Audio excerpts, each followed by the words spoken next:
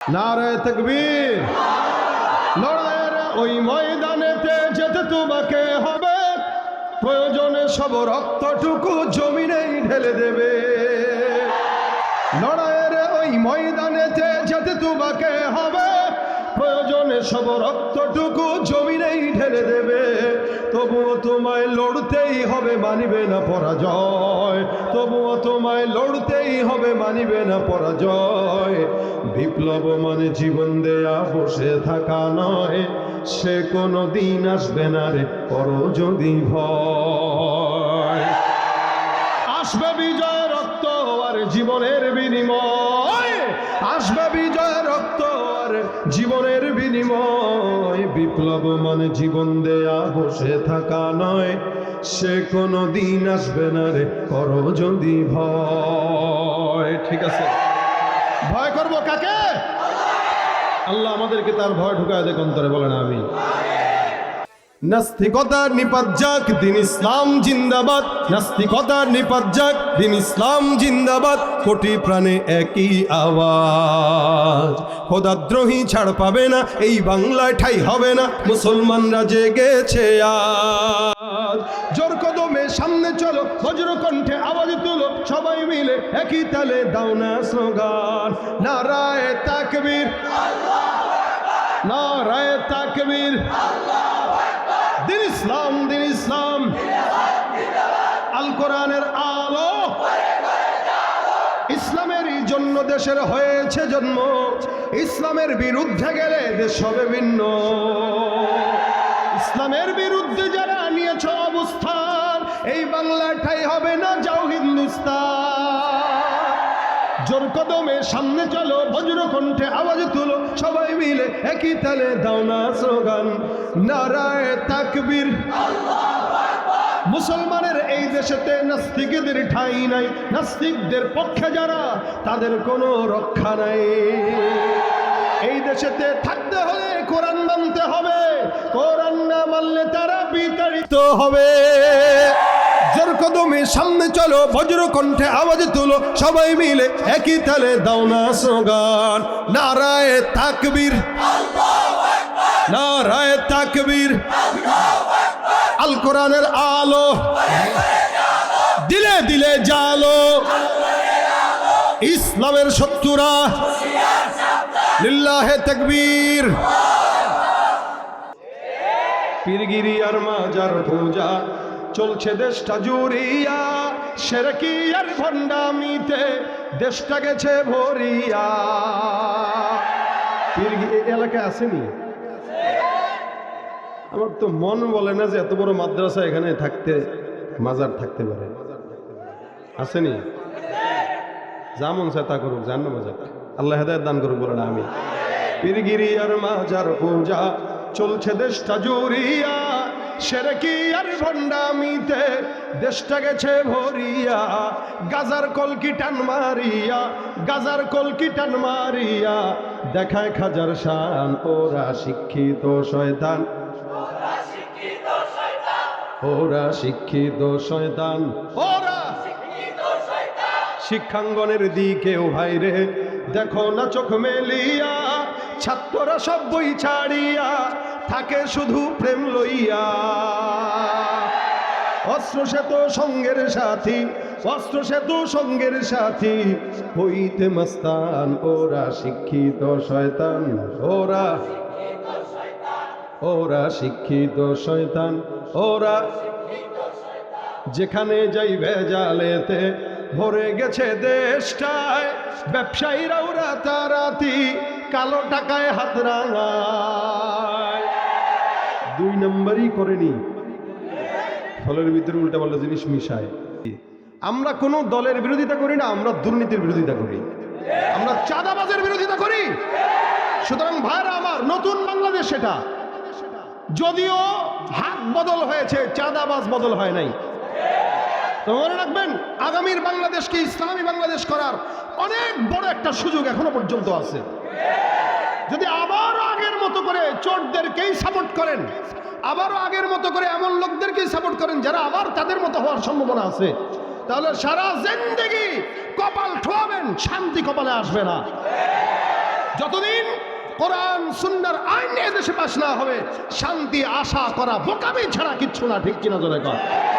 একদল আসবে দিল্লির গোলামি করবে, আরেক দল আসবে যুক্তরাষ্ট্রের গোলামি করবে, আরেক দল এসে যুক্তরাজ্যের গোলামি করবে। দুনিয়ার মুসলমান কোনোদিন কোনো আমেরিকা, ইউরোপ, লন্ডন, ভারতের গোলামি করে না। গোলামি করে কার? যাদের হাতে যায় ক্ষমতা, দেশ যেন বাপের ভিটা, রাখতে চেয়ার শুরু করে বিদেশিদের পাচাটা। বিদেশিদের কথা মতো চালায় ওরা নিজের দেশ।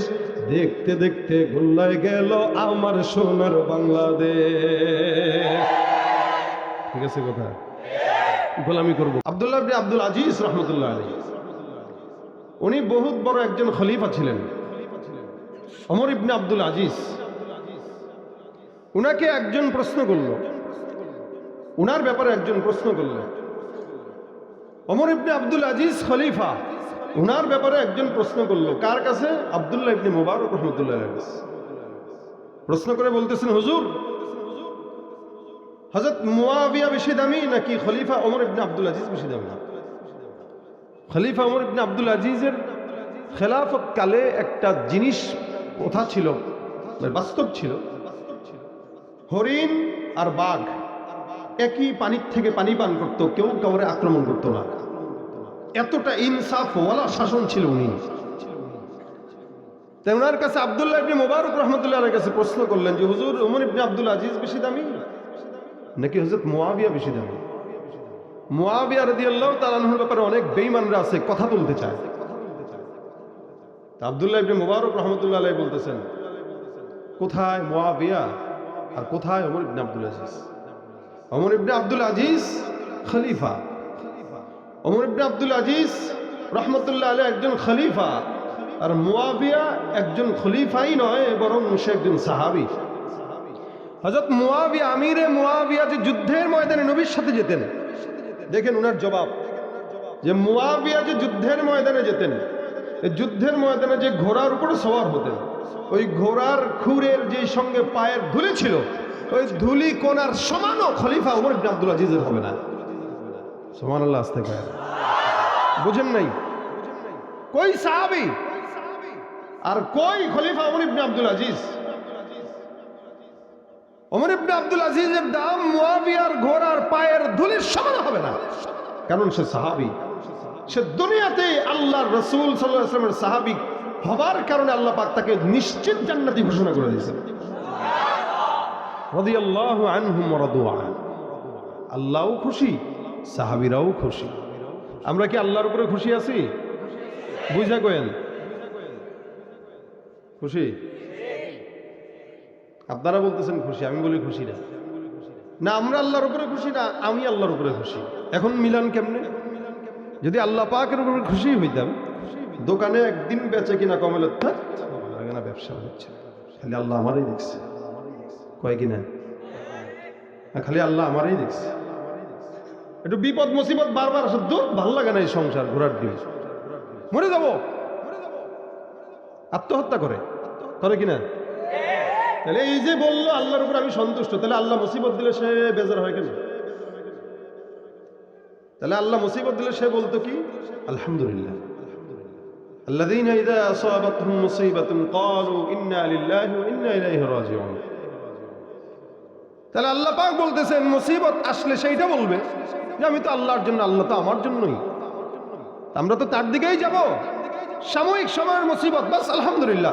মনে রাখবেন, একটা নেয়ামত আর একটা মুসিবত। নেয়ামতের বিনিময়ে কেউ শুকরিয়া করবে, আল্লাহ পাক তাকে নেয়ামত বাড়ায় দিবেন। আর মুসিবতের বিনিময়ে কেউ সবর করবে, তো আল্লাহ পাক তাকে জান্নাত দিবেন। হ্যাঁ, এখন আমরা দুর্বল যেহেতু, আমরা আল্লাহ পাকের কাছে এটা বলতে পারি যে আল্লাহ, নেয়ামত আপনার তরফ থেকে, মুসিবত আপনার তরফ থেকে, তা আপনি দুইটাই আপনার তরফ থেকে নেয়ামত। আপনি আমাদেরকে মুসিবতের নেয়ামতের বিপরীতে নেয়ামতটাই দিয়ে, বিপদের যে নেয়ামত, ওই বিপদের নেয়ামতটার বিনিময়ে আপনি আমাদেরকে সচ্ছলতার নেয়ামত দিয়ে, আপনি আমাদেরকে ফোকারা গরিবের যে নেয়ামত, এই নেয়ামতের বিনিময়ে সচ্ছলতার নেয়ামত দিয়ে। যেহেতু আমরা দুর্বল, আমরা একটার বিনিময়ে আরেকটা চাইতে পারি, কিন্তু মুসিবত দেওয়ার পর দুঃখ, আল্লাহ তোমার আর ভালো লাগে না, তার মানে আমরা আল্লাহ পাকের উপরে সন্তুষ্ট। আর সাহাবা আজমাইন আল্লাহ পাকের উপরে খুশি ছিল, আল্লাহ তাদের উপরে কি ছিল? খুশি ছিল। এজন্য তারা বিপদে পড়লেও বলতো আলহামদুলিল্লাহ, আমার মাওলা আমাকে যেমনে চালায় পছন্দ, আমি সামনে চলে বসি। এটা ছিল সাহাবা আজমাইনদের হাল। তো দেখেন ভাইরা আমার, এরপরে রাসূল বলেন খায়রু উম্মতি করনি সুম্মাল্লাযীনা ইয়ালুনহুম সুম্মাল্লাযীনা ইয়ালুনহুম। তিন জামানার মানুষ ভালো, এর ভিতরে লাস্টের জামানা হচ্ছে তাবেঈদের জামানা।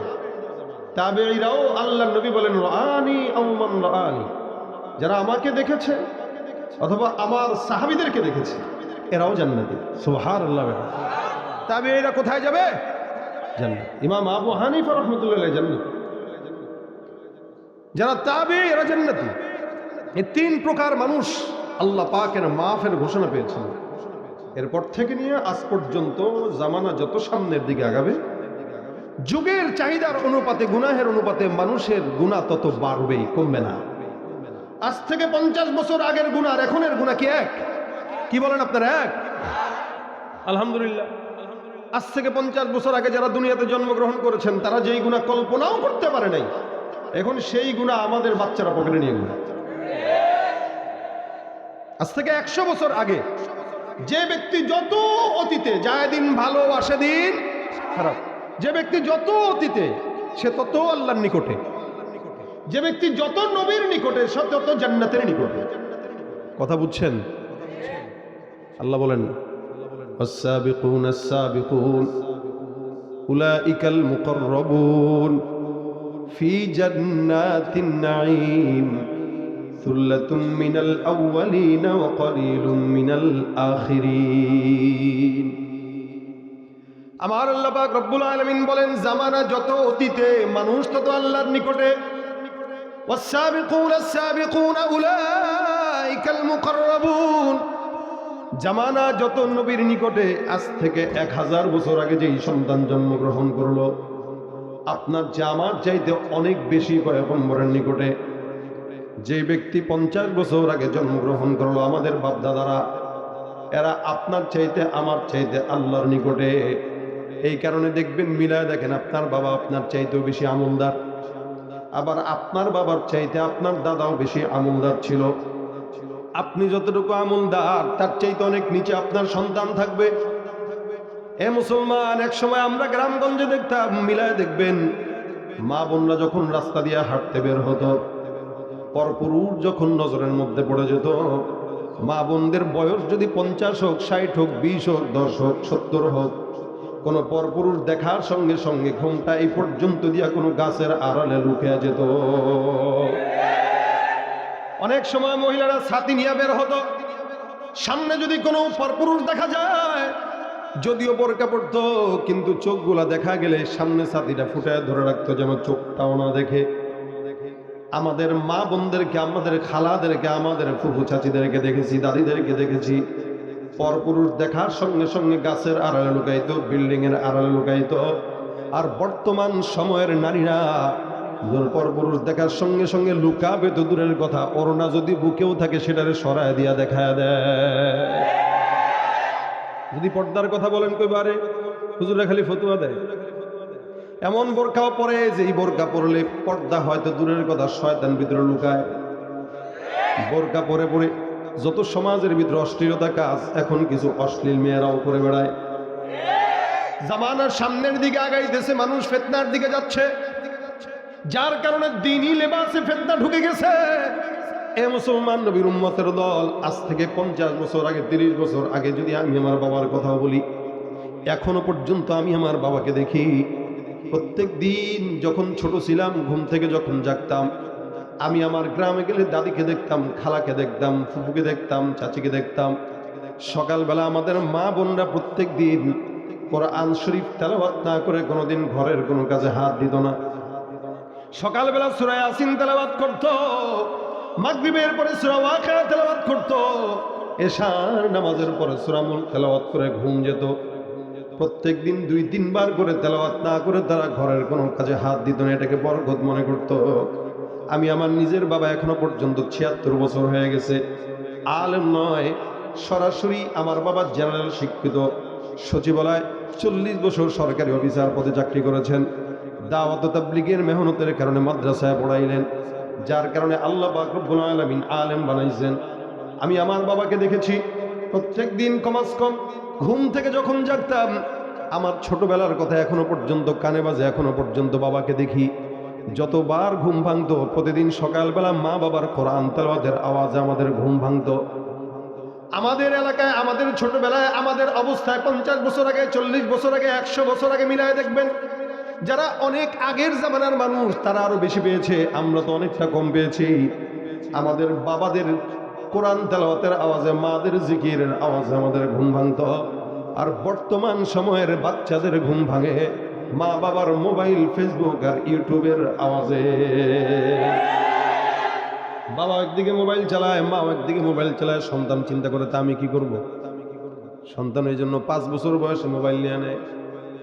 আলহামদুলিল্লাহ, আল্লাহর কাছে শুকরিয়া, ছাত্র জামানায় মোবাইলের সেই ফিতনা আমরা পাই নাই। এখন তো আছে না,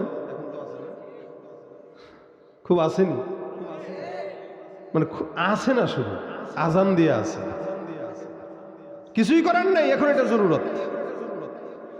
আলহামদুলিল্লাহ, আল্লাহর কাছে শুকরিয়া করি যে আমরা আমাদের ছাত্র জামানায় মোবাইলের এই অ্যান্ড্রয়েড সেটের যে ফিতনা এটা পাই নাই। যদি পাইতাম তাহলে আমাদের হালতও ছিল দুর্বল। অল্প সময়ের ব্যবধানে সমাজ অনেক পরিবর্তন হয়ে গেছে, যে পরিবর্তন নেকের পথে না গুনাহের পথে। এই জন্য আল্লাহ পাক রব্বুল আলামিন বলেন, আস-সাবিকুন আস-সাবিকুন উলাইকাল মুকাররাবুন ফি জান্নাতিন নাঈম সুল্লাতুম মিনাল আউয়ালিন ওয়া কলিলুম মিনাল আখিরিন। টেনশন নাই, যদিও সামনের জামানার মানুষগুলো জাহান্নামী হবে বেশি, কিন্তু আমার আল্লাহ পাক রব্বুল আলামিন বান্দাকে বললেন, বান্দা জমিনের মধ্যে যতই গুনাহ হোক না কেন কাজ করবা দুইটা। 1 নাম্বার ওয়া আনিস্তাগফিরু রাব্বাকুম, 2 নাম্বার সুম্মা তুবু ইলাইহি। গুনাহ যদি হয়ে যায় বান্দা কাজ করবে দুইটা, 1 নাম্বার ইস্তিগফার, 2 নাম্বার তাওবা। ইস্তিগফার মানে এই মুহূর্তে গুনাহ হয়ে গেছে, এখনই বলবো আস্তাগফিরুল্লাহ। আর তাওবা মানে যেই গুনাহটা হইল, আল্লাহ এই গুনাহ আর কোনোদিন করব না। ইস্তিগফার এক জিনিস, তাওবা আরেক জিনিস। কোন বান্দা ইস্তিগফার আর তাওবা করবে, আমার আল্লাহ কয় ইউমাত্তিউকুম মাতাআন হাসানা, ওই বান্দার যত কল্যাণ দরকার সব কল্যাণ আমি আল্লাহ বান্দাকে মরণ পর্যন্ত দান করে দিব। ব্রেন দুর্বল, জেহেন জাকাওয়াত ঠিক নাই, ইস্তিগফার। নেককার বিবি পায় না, ইস্তিগফার। নেককার সন্তান হয় না, ইস্তিগফার। সম্পদে বরকত হয় না, ইস্তিগফার। রিজিকের অভাব, ইস্তিগফার। অসুস্থতা, ইস্তিগফার। দুনিয়াতে এমন কোনো নিয়ামত নাই যেটা ইস্তিগফারের মাধ্যমে আল্লাহ দেয় না। আমাদের নিয়ামতগুলো দরকার আছে কিনা ভাইরা আমার? আমরা আখিরি নবীর উম্মত। নবী বলেন, সব নবীর উম্মতদের আগে তোমরা জান্নাতে যাবা। সমস্ত নবীর উম্মতরা সিরিয়ালে দাঁড়াবে, তোমরা চলে যাবা জান্নাতে। সারা দুনিয়ার মধ্যে সবচাইতে বেশি আলা মাকামে আল্লাহ পাক আপনাকে আমাকে দান করেছেন। এরকম দামি উম্মত আল্লাহ পাক জমিনের কাউকে পাঠায় নাই। আল্লাহ পাক রব্বুল আলামিনের হাবিব কয়, শুনো, কোন বান্দা যখন গুনাহ করে, গুনাহের কারণে আল্লাহ বান্দাকে জাহান্নামে দেয় ঠিক, কিন্তু তোমরা আখিরি নবীর উম্মত হওয়ার কারণে আল্লাহ পাক তোমাদেরকে মাফ করবেন। কারণ আমার পয়গম্বরের ইন্তেকালের আগে আল্লাহ পাক ডাক দিয়া কয়, নবী আপনার ইন্তেকালের আগে আপনার কোনো ইচ্ছা থাকলে আপনি আমাকে বলেন। রাসূল কয়, জিবরাইল যাও আমার আল্লাহ পাককে বলো আমার ইন্তেকালের পর আমার উম্মতদের দশা কি হবে। আমি তো থাকবো না, পূর্ববর্তী সব নবীর উম্মতদেরকে আযাব দিয়া ধ্বংস করবো, আমার উম্মতদের কি হবে? আল্লাহ পাক ডাক দিয়া বলেন, লা আতরুকু উম্মাতাকা ফারদা। টেনশনের কারণ নাই, আপনার উম্মতদেরকে কিয়ামত পর্যন্ত জান্নাতে ঢুকানোর দায়িত্ব, যত উম্মত আসবে সবগুলোর দায়িত্ব আমার কাঁধে নিয়ে নিলাম। অর্থাৎ আল্লাহ পাক বান্দাকে জান্নাত পর্যন্ত নিয়েই তারপরে রাসূলের কাছে বুঝাই দিয়ে দিবেন। তাহলে বুঝাই দিতে গেলে বান্দাকে ক্ষমা করা দরকার আছে না? নবী হাদিস শরীফে সাহাবা একরামদেরকে বর্ণনা করেন, বনি ইসরাইলের জামানার একজন বান্দা 99টা খুন করলো। এই বান্দা 99টা খুন করার পর আল্লাহর বান্দা কোনো একটা জায়গায় মাফ চাওয়ার জন্য একজন আবেদের কাছে গেছে। এখানে আলহামদুলিল্লাহ মাদ্রাসার তালিবুল ইলমরা আছে, আমিও তালিবুল ইলম, আপনারাও তালিবুল ইলম। একজন তালিবুল ইলমের সম্মান কত বেশি, আলেমের সম্মান কত বেশি। নবী বলেন ফাদলুল আলিমি আলাল আবিদি কাফাদলি আলা আদনাকুম, আলেম ছাড়া একজন আলেম 1000 আবেদ বরাবর। আবেদ যত বড় হোক, এলেম না থাকলে ধ্বংস অনিবার্য হয়ে যায়। আর আলেম ইবাদত কম করলেও বুঝা করে, টাইম বুঝে, সময় বুঝে, বাস্তবতা বুঝে, এজন্য সে অল্প আমল করলেও নাজাতের জন্য যথেষ্ট হয়ে যায়। আর যত বড় আবেদ হোক, দিন বুঝে, এমন বুঝাই বুঝে যে ময়দানে যায় আলেমদেরকে ধরে ধরে পিটায় আর মারে। আবেদ এলেম তো নাই, খালি ইবাদত বুঝছে, আর কিছু বুঝে নাই। আবেদ যে ইবাদত বুঝে না, টাইম বুঝে না, এটা আমি আপনাদেরকে শোনাই। আমি জুমার নামাজ পড়াইতেছি, তো পড়াইতেছি, একজন আল্লাহর বান্দা পিছন থেকে হেঁটে হেঁটে সামনে আসছে, বয়ান করতেছি জুমার, হাতে একটা তসবিহ আছে। তা আমি বয়ান করতেছি, আমি মাঝখানে দেখি এই আল্লাহর বান্দা তসবিহ নিয়ে টিপতেছে, জিকির করতেছে। আমি বয়ানের ফাঁকে দেখি মাশাআল্লাহ তো জিকিরওয়ালা বান্দা, জিকির করুক ভালো। তো বয়ান যতক্ষণ করছি ততক্ষণ জিকির করছে। বয়ান শেষ, এবার খুতবা দিতে দাঁড়াইছি। ওরে আল্লাহ, তাই তাকায় দেখি সে এখনো তসবিহ ঝুঁকে।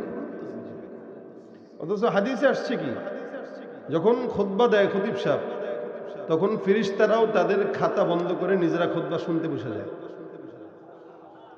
খুতবা শোনা কি শুধু ওয়াজিব নাকি? কেউ কথা বললে চুপ বল, চুপ থাকো, এটা বলাও নিষেধ। এ বললো মানে তার খুতবা সে শেষ করলো।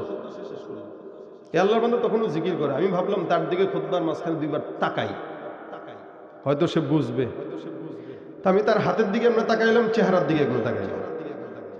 আমি তাকাই, সে আরো জিকিরের পাওয়ার বাড়ায় দেয়। আমি লা হাওলা ওয়ালা কুওয়াতা, এই তো জিকির এখন আমি এর ইস্কো বাড়াই দিতেছি। এই হলো আবেদের আলেমের পার্থক্য। আলেম এলেম করে, এলেম অনুযায়ী আমল করে, বুঝে কোন জায়গায় কতটুকু করলে যথেষ্ট। এই কারণে সে অল্প করলেও সেটা সময় মতো করে, বুঝে শুনে করে। আর আবেদ সারা দিন ইবাদত করবে, জিকির করবে, নামাজ পড়বে, টাইম বুঝবে না, উল্টা পাল্টা টাইম ইবাদত করবে। আবেদের কাছে গেছে 99টা খুন। আপনারা কেউ করছেন নি খুন? একটা খুন করছেন কেউ? হাত তুলেন করলে তো হুজুর, এটা কি করলে হাত তোলা যায়? এটা কোনো কথা কইলেন? রাজনীতি করেন আর খুন করেন নাই, এটা তো হয় না। আমাদের বাংলাদেশের রাজনীতি মানেই নোংরামি আর খুনাখুনি। 15 বছর শিখায় গেছে এরা, এখন নতুন করে জন্ম নিছে আরেক দল। আমি কি দল রে আঘাত দিয়ে বলছি? ভাই, যারা ক্ষমতায় ছিল এগোরেই গই না কথা কইতাম না, আর যারা ক্ষমতায় নাই তা করে গোনার টাইমও নাই। গইনা কথা কইতাম না বলেই মোটামুটি 35 জনের লিস্টে আমার নামও ছিল। এ আপনাদের টাঙ্গাইলে ওয়াজ করতে আসছি, প্রশাসন বাধা দিয়ে স্টেজে উঠতে দেয় না, কেউ হুজুর যেমনি আসছেন এমনি চলে যান। আপনাদের টাঙ্গাইলে তাহলে ক্ষমতাশীল সরকারের সামনেও উচিত কথাই বলছি। তাহলে দেখেন 99টা খুন করলো এই আল্লাহর বান্দা, খুন করে আবেদের কাছে, আবেদের কাছে যায় ডাক দেখা, ভাই রে, আল্লাহর কাছে আমি ক্ষমা পেতে চাই। কেন? আমার খুন 99টা। কয়টা? আবেদ কয়, কয়টা বললাম? 99টা।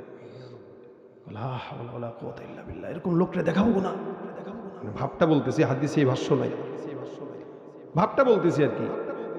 আমি সারাদিন ইবাদত করি, জিকির করি, তাসবিহ পড়ি, তাহাজ্জুদ পড়ি, কত কিছু করি, তারপরেও তো আল্লাহর কাছে ক্ষমা আশা করি না।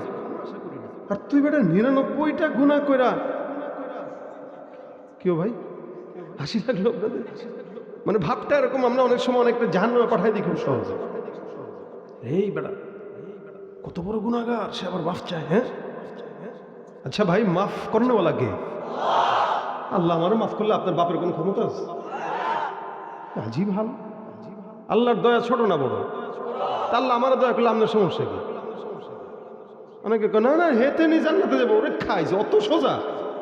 হ্যাঁ, ও জাহান্নামের শেষে যাবে একদম। তা তুই কই যাবি? আজীব হাল। আমরা একজনকে জাহান্নামে পাঠাই দিচ্ছি। আল্লাহ কয় এদের জন্য আমি জান্নাত রেডি রাখছি, উইদ্দাত লিল মুত্তাকিন, আমি রাখছি জান্নাত। ও কয় জাহান্নামে যাবে, তুই যা, তোর বাপে যাবে। এই লোক আবেদ তো, আবেদের জেহেন যতটুকু গায়রে মুকাল্লাফ। কয় ভাই কয় কিরে 99টা খুন করে আমার কাছে আসছে মাফ পাওয়ার জন্য, কত বড় হারামি। এবার তাড়াতাড়ি এখান থেকে ভাগ, তোরা দেখাও পাপ, ভাগ, কোনো ক্ষমা নাই। বেচারা ডাক দেয়া করে কয় কিরে মাপ বলে পাবো না, করছি 99টা খুনি না মাত্র। সন্ত্রাসী না, ওর কাছে খুন তো 99টা পানি ভাত। ও মনে করে 99টা মশা মারছে। ডাক দিয়া কয় হায় হায় 99টা খুন যদি করার পরে মাফ না পাই, ছুরিটা বাইর করে কয় হুজুর আমি যদি মাফ না পাই তোরে রাখবো কেন, তুই আমার। সুন্দর করে পেটের ভিতরে ছুরিটা ঢুকাই দিছে, হুজুর শেষ। এখন হয়েছে কয়টা? হয়েছে নি কেন? আগেই তো ভালো ছিল, এখন হয়ে গেছে সেঞ্চুরি। এবার বান্দা কয় আরে কি করলাম, ইন্নালিল্লাহ, মাফ চাইতে এসে আর মেরে দিলাম, ছুরিটাই ফেলাই দিই, বাস ছুরি ফেলে দিস। ছুরি ফেলে দিয়ে আল্লাহ আমার অন্যায় হয়ে গেছে, কি করব কি করব, খুঁজতে খুঁজতে একজন আলেমের দেখা।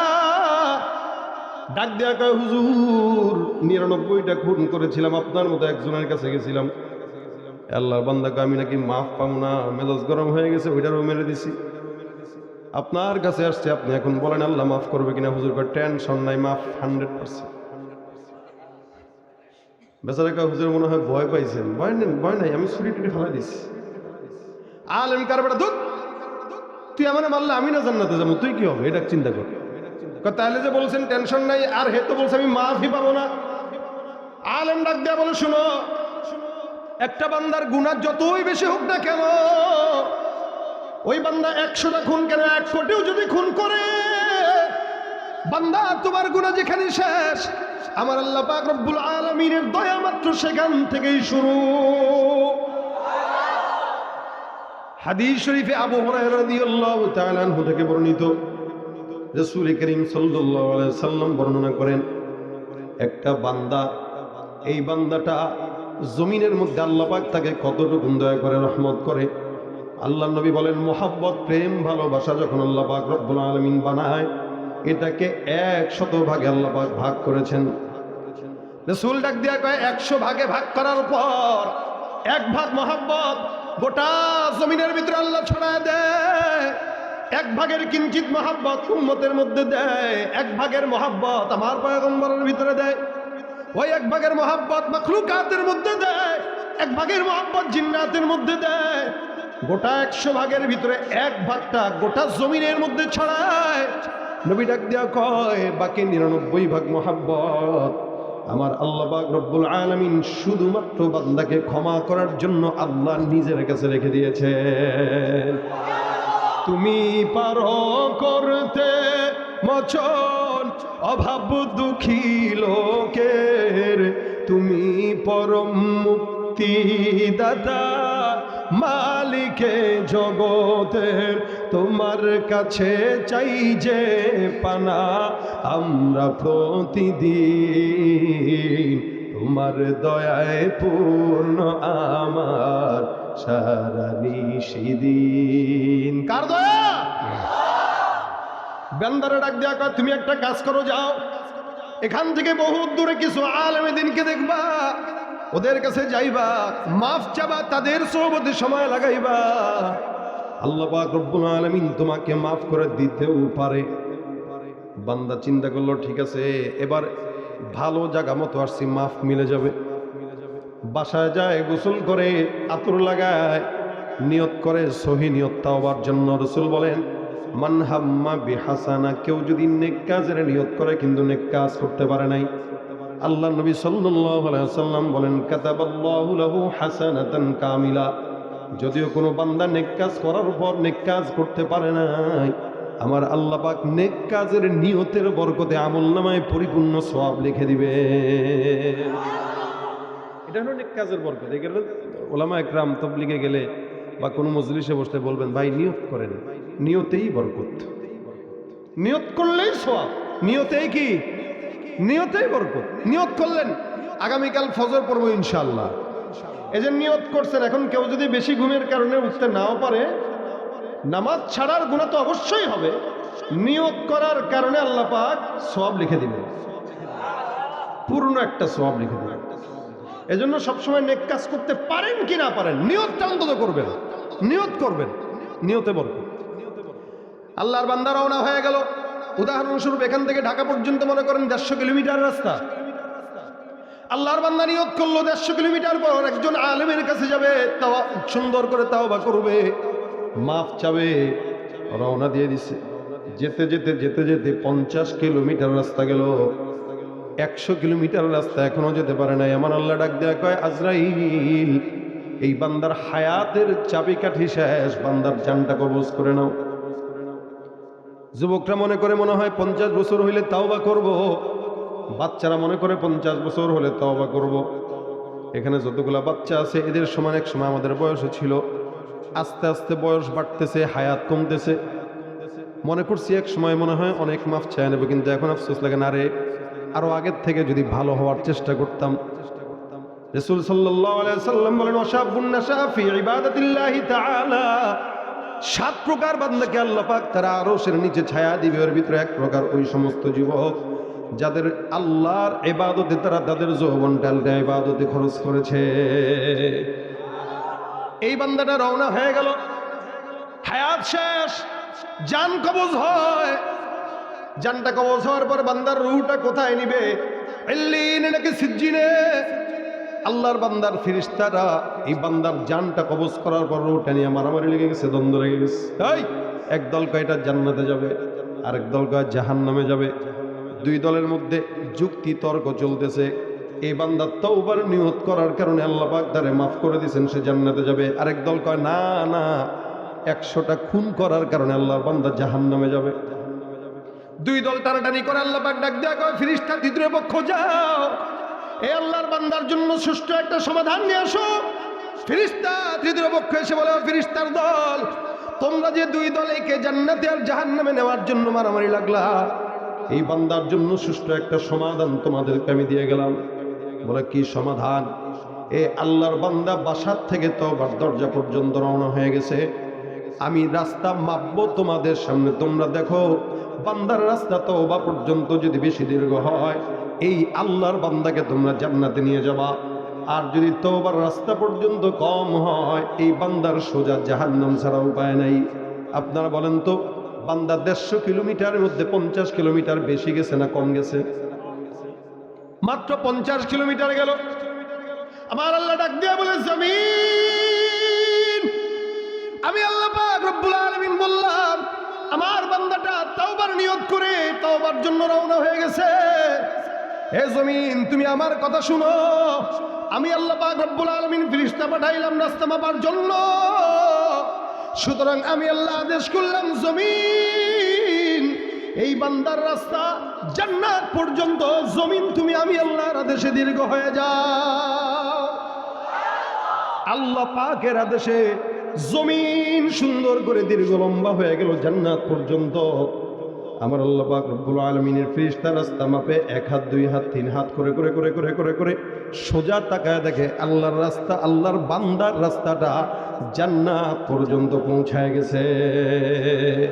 বান্দেগানে খাসে আল্লাহ মুলগুয়ুব দরজাহা জানে জওয়াসি সুলকুলুব জমি সরশবু ये पीराहन शनीदी चरादर चाहे किनानश नदीदी। বিপদের ভিতরে যখন বান্দা পড়ে, দেখেন কে? এই বান্দা বিপদে পড়ছে তাওবার নিয়তের বরকতে। নবী করিম সাল্লাল্লাহু আলাইহি সাল্লাম বলেন, আল্লাহ পাক বান্দাকে ক্ষমা করে দিয়েছেন। এ মুসলমান, আপনি আমি আখিরি জামানার পয়গম্বরের উম্মত। যদি বনি ইসরাইলের লোককে 100টা খুন করার পরও মাফ করে দিতে পারে তাওবার নিয়তে, আমাদের তওবা করার পরে আল্লাহ ক্ষমা করবে না, এইটা কোনোদিন হতে পারে না, ঠিক না? এজন্য কাজ কয়টা? 1 নম্বর ইস্তিগফার, 2 নম্বর তওবা। 1 নম্বর ইস্তিগফার, 2 নম্বর তওবা। কোন বান্দা যদি 2টা কাজ করে, ইউমাত্তিউকুম মাতান হাসানান ইলা আজালিম মুসাম্মা। হাসান বসরি রহমাতুল্লাহ আলাইহি একটা ঘটনা বলে শেষের দিকে যাচ্ছি, খুব মনোযোগের সাথে শুনেন। হাসান বসরির নাম শুনছেন তো? আমাদের দেশের যুবকেরা এগুলোর নাম জানে না, মেসির নাম জানে। খেলোয়াড় কয়টা আছে এগুলোর নাম ভালো জানে, নায়ক নায়িকাদের নাম জানে। কিন্তু আকাবের বুজুর্গানে দিনদের নাম, সাহাবাদের নামই তো জানে না। ইউটিউবে একবার একটা ভিডিও দেখেছে, এক যুবককে প্রশ্ন করতেছে, ভাই 4 জন নবীর নাম বলেন। যুবক কইতেছে আবু বকর, ওমর, ওসমান, আলী। সুবহানাল্লাহ কইনি? যাক মাশাআল্লাহ, ছাত্র ভাইরা তো। আবু বকর, ওমর, ওসমান, আলী কি সাহাবী না নবী? হ্যাঁ,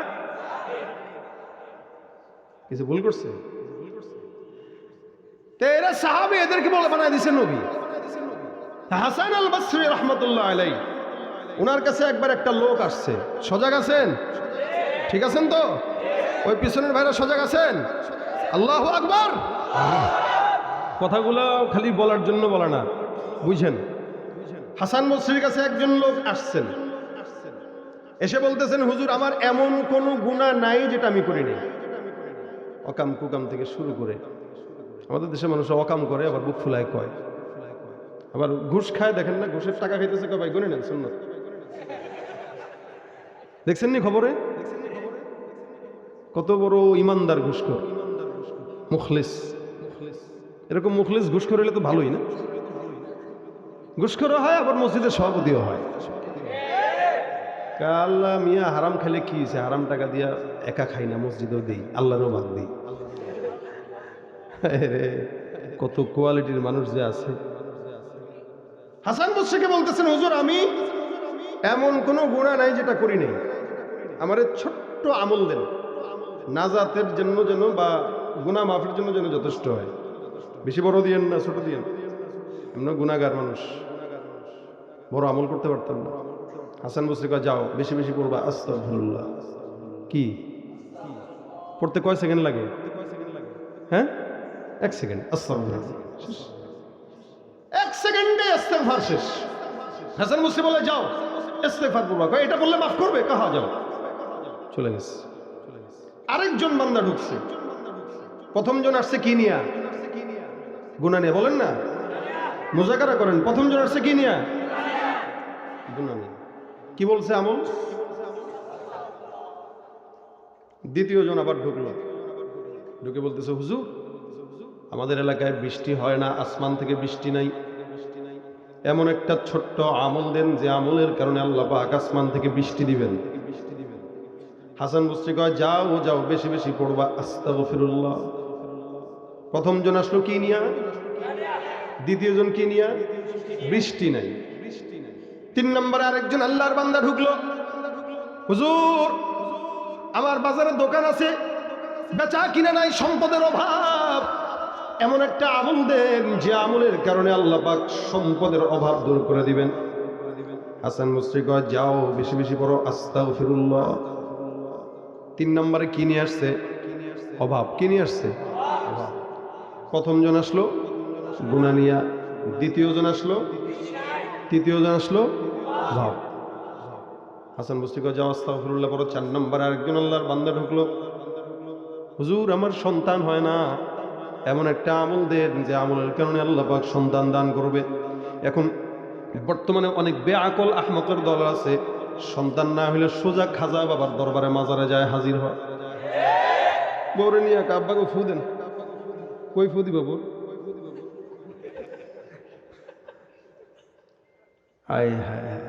আবার অনেক পীর আছে, এতে কাফে রেখা 3 দিনের এতে কাফে খানকাস। বিবিরে যদি খানকায় 3 দিনের এতে কাফে বসায়, 3 দিন পরে যদি বিবি প্রেগনেন্ট হয়, বুঝবেন সন্তান আপনার না আপনার বাপের। ডিম মুরগি পারে ফ্রি, এরা করে ধান্দাবাজি। একটা মুরগির দাম, ডিমের দাম কত আপনারা জানেন? যদি দেশি মুরগি হয় তাহলে ঢাকায় আমি কিনি হইলো 1 হালি 120 টাকা। আপনারা পারলে আমার একটু হাদিয়াটা দিয়ে দিয়ে। দেশি মুরগির ডিমের দাম 120 টাকা হালি, এদিকে 50 টাকা। ও বা কাকা আমার ব্যবসা করা দরকার ঢাকা যাবে। চিন্তা করছেন অবস্থা? আমরা ঢাকায় খাই। আচ্ছা বলেন, আপনারা দেন 50 টাকা দিয়ে, আমরা ঢাকায় সেটা 120 টাকা। বাড়ায় ডাকে বাড়াকে সব 2 নম্বর গুলা, সব 2 নম্বর গুলা। মুরগি যদি জানতো ওরে নিয়ে এই ব্যবসা চলে, ও তো পাড়া বন্ধ করে দিত। আমার আগে 5 টাকা করে পার পিস দিবি, নাহলে কিন্তু ডিম বার করবো না। চিন্তা করছেন অবস্থা। 50 টাকা কি শুনাইলেন আপনি? আমার তো আজকে সারা রাতে এই কথা মনে থাকবে, মানে সারা রাস্তা আমার মতো কিরে আমি ঢাকায় কিল লেগে ডিম কিনি, টাঙ্গাইলে মধুপুরে আসা দরকার। আচ্ছা বলেন, এই যে ব্যবসায়ীরা 2 নম্বরই করে কামায় দেখে যে ওদের টাকায় বরকত হয় না, কয়দিন পর পর বাজারে আগুন লাগা দোকান করে যায়, লাইনে টাকা কামাইলো।